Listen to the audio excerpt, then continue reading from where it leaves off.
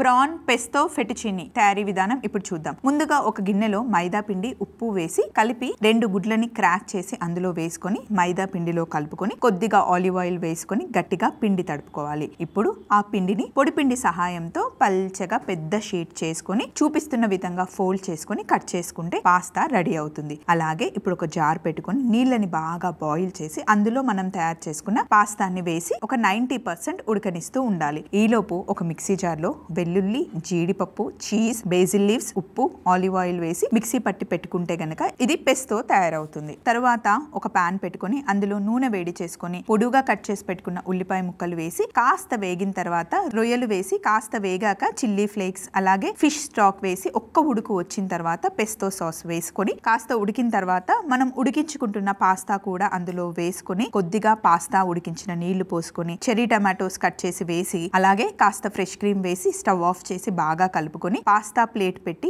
అందులో మనం తయారు చేసుకున్న ప్రాన్ పెస్తో ఫెటుచినీ రెడీ అవుతుంది.